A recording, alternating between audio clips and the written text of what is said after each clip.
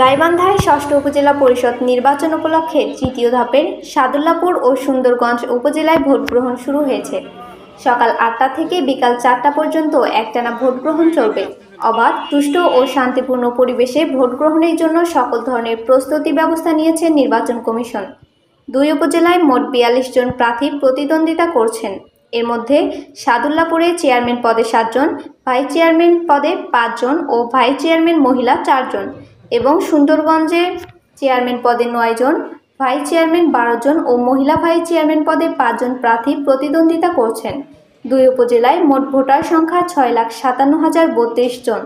আইন শৃঙ্খলা রক্ষায় ম্যাজিস্ট্রেটের নেতৃত্বে বিজিবি সহ র্যাব ও পুলিশ স্কাউটিং ফোর্স হিসেবে কাজ করছেন। এছাড়া স্থায়ীভাবে প্রত্যেকটি কেন্দ্রে আনসার ও পুলিশ দায়িত্ব পালন করছেন। আমি ভালো দেখছি, তবে আমার স্পেসিফিক অভিযোগ ইদুলপুর, খদ্দকুমরপুর এবং ভাতগ্রাম এবং নলডাঙ্গা ইউনিয়নের কিছু অংশ ঝুঁকিপূর্ণ আছে। সেগুলোকে যদি আমার স্ট্রাইকিং ফোর্স বা আমাদের যারা কর্মকর্তারা আছে তারা যদি ভালোভাবে দেখে তাহলে অত্যন্ত সুন্দরভাবে ভোট সম্পন্ন হবে এবং আমি এই